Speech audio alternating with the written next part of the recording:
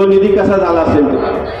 साहेब, या मतदारसंघामधलं पाणी प्रश्न हा प्रत्येक म्हणजे पंचवार्षिकला गाजत आलेला आहे. साहेब, आपला पंढरपूर थोडासा नदी काठ आहे, इथे पिण्याची पाण्याची सोय आहे.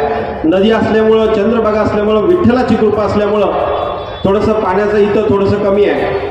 साहेब, मंगळवेढा शहरामध्ये पाण्याची अत्यंत बिकट अवस्था आहे. गेली 50 वर्ष फक्त पाण्यावरती निवडणुका लढवतात. विद्यमान आमदार कैलासवासी आमदार साहेब ह्या सगळ्यांनी पाण्यासाठी प्रयत्न केला, पण कोणालाही यश आलं नाही. माझ्या तरुण मित्रांना आणि माझ्या बंधूंना सांगायचं आहे, जर आपल्या या मतदारसंघामधला पाण्याचा प्रश्न सोडवायचा असेल, ते फक्त आदरणीय शरदचंद्रजी पवार साहेब आणि राष्ट्रवादी काँग्रेस पक्ष, महाविकास आघाडीचं सरकार एवढंच करू शकतात. आपण त्याच भूलथापांना बळी न पडता येणाऱ्या 20 तारखेला काळजीपूर्वक मतदान केलं पाहिजे. आपल्यासमोर दोन्ही उमेदवार केवळ निवडणुकीपुरते या मतदारसंघामध्ये मला पाहायला मिळतात. काँग्रेसचे आमचे सहकार्य काय, त्यांच्यावरती जास्त बोलण्यात काही मजा नाही, कारण ते कधी नॉट रिचेबलच असतात. कधी या मतदारसंघामध्ये दिसले नाही किंवा या मतदारसंघाचा विकास करण्यासाठी त्यांची काही पावले चालू नाहीत. साहेब, या मतदारसंघामध्ये मी एक साखर कारखाना चालवतोय. गेले 15 वर्ष सातत्य ठेवून मी या मतदारसंघामध्ये शेतकरी केंद्रबिंदू मानून या मतदारसंघाचं काम केलंय. शेतकऱ्यांना हातभार लावण्याचं मी काम केले. साहेब, कुठं ना कुठं त्याचा फायदा तरुण बेरोजगारांना झालाय. असाच यापुढे मतदारसंघामध्ये भरवण्याच्या माध्यमातून आणि आपण जो विश्वास दिलाय त्या माध्यमातून मी इतर गोष्टीचं सुद्धा काम करणार आहे. या मतदारसंघामध्ये काम करत असताना एखादं शैक्षणिक संकुल असावं, ज्या लोकांना, माझ्या मुलांना, माझ्या तरुण भगिनींना इथं शिक्षण घेता येईल. पुणे, मुंबई, सांगली, सातारा या मोठ्या शहरामध्ये न जाता याच भागामध्ये त्याला शिक्षणाची सोय होईल, अशा पद्धतीचं एखादं शैक्षणिक संकुल असावं. या लोकांची मागणी येत्या काळामध्ये ते मी सुरू करून पूर्ण करेन. साहेब, या मतदारसंघामध्ये अजून खूप जास्त एक मोठ्या प्रश्नाची उलगडल व्हायला पाहिजे. सोलापूर पाण्याच्या प्रश्नाची जी लाईन आहे, पिण्याच्या पाण्याची जी पाईपलाईन आहे, बंद पाईपलाईन तरी पाणी जाणार आहे. पंढरपूर तालुक्यातील नदीकाठच्या सर्व लोकांना मला एक प्रश्न विचारायचा आहे. ती जर लाईन आता अंतिम टप्प्यात आहे, पूर्ण होणारच आहे. ती जर पूर्ण झाली, भीमा नदीचं पाणी साहेब येणार नाही. नदीकाठला आता आमच्या पांडुरंगाच्या कृपेमुळे वारीसाठी पाणी येतं, सोलापूरला पिण्यासाठी पाणी सोडलं जातं. ते जर बंद झालं तर आमच्या लोकांचं पाणी बंद होणार आहे. या भागातलं ऊस उत्पादक शेतकरी, कारखानदारी मोडीत निघणार आहे. साहेब, या मतदारसंघाचे विद्यमान आमदार यासाठी त्यांनी विधानसभेमध्ये प्रश्न विचारला का? या लोकांच्या पुढच्या पाण्याची काय सोय केली आहे?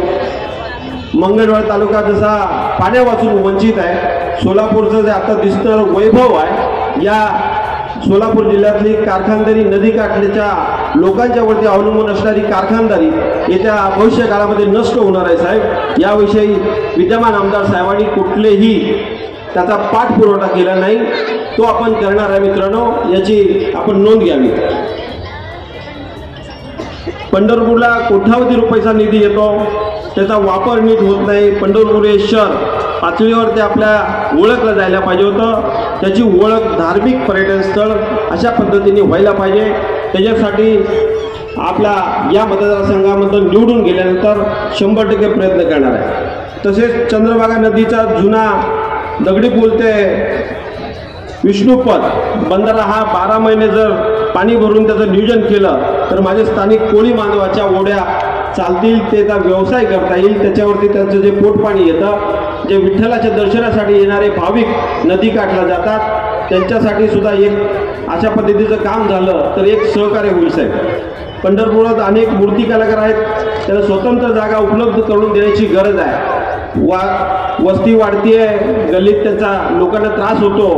ते हाताने मूर्तिकार आहेत, त्यांचं काम चालू असतं. तर या लोकांना एखादं व्यवस्थित प्लॅटफॉर्म जर दिला तर त्यांचंही हातभार लागण्याचं काम होईल, त्यांच्या कुटुंबाला हातभार लागण्याचं आपल्याकडनं काम होईल. साहेब, पंढरपूर शहरातील अनेक प्रश्न असतील, मंगळवेढा शहरातील अजून भरपूर काही प्रश्न असतील, तर हे सोडवण्यासाठी आदरणीय शरदचंद्रजी पवार साहेब आणि महाविकास आघाडीचं सरकार येणार आहे. या सरकारवरती प्रेम करून आपण येणाऱ्या 20 तारखेला तुतारी वाजवणारा माणूस या चिन्हाच्या समोरचं बटन दाबून मला एकदा संधी द्यावी याच्यासाठी आपण साहेबांच्याकडे जी साहेबांनी विश्वास दिलाय ते स्वार्थ करण्यासाठी, येणारा विकास करण्यासाठी आदरणीय साहेबांच्याकडे बघून राष्ट्रवादी काँग्रेस पक्षाने जी उमेदवारी दिली आहे त्याचे सार्थ करण्यासाठी मला मतदान रूपी आशीर्वाद द्यावा आणि तुम्ही आपले विरोध घेतील, त्यांनी मतं मागतील, माझ्या हिशोबाने त्यांना 3 ते 4 वेळा 5 वेळा तुम्ही संधी देऊन बघितली आहे।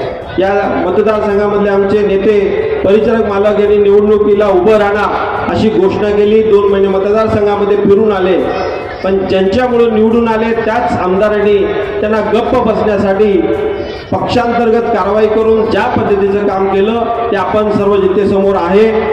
त्यांच्या दोघांच्या वादामध्ये बोलण्या एवढा मी मोठा माणूस नाही, मी छोटा कार्यकर्ता आहे। त्यांच्यावर झालेला अन्याय ही जनता त्यांना येणाऱ्या 20 तारखेला चांगली दाखवून देईल याच्यात मला काही शंका नाही। मित्रांनो, आपण फक्त राष्ट्रवादी काँग्रेस पक्षावरती, आदरणीय जयंत पाटील साहेबांच्यावरती, आदरणीय सुप्रिया सुळे असतील ताई त्यांच्यावरती आणि महाविकास आघाडीचे तिन्ही घटक पक्ष त्यांच्याबरोबर असणारे इतर सर्व पक्ष, आम आदमी पक्ष असेल, सर्व गवई गटाचे सर्व घटक पक्षांच्यावरती विश्वास ठेवून हा नवीन कार्यकर्ता तुमच्यातला निवडून द्या। राहिला पंढरपूरमध्ये असल्यामुळं आपल्याला भेटण्यासाठी मला कुठं जाण्याची गरज नाही। 24 तास आपल्यासाठी हा अनिल सावंत साहेबांसमोर पांडुरंगाच्या चरणी त्यांच्या नतमस्तक होऊन तुम्हाला एक वचन देतोय, कधीही कुठल्याही माणसावरती कसलंही तक्रार संकट आलं तर अनिल सावंत तुमच्या पाठीशी काय उभा राहील एवढं ग्वाही करा।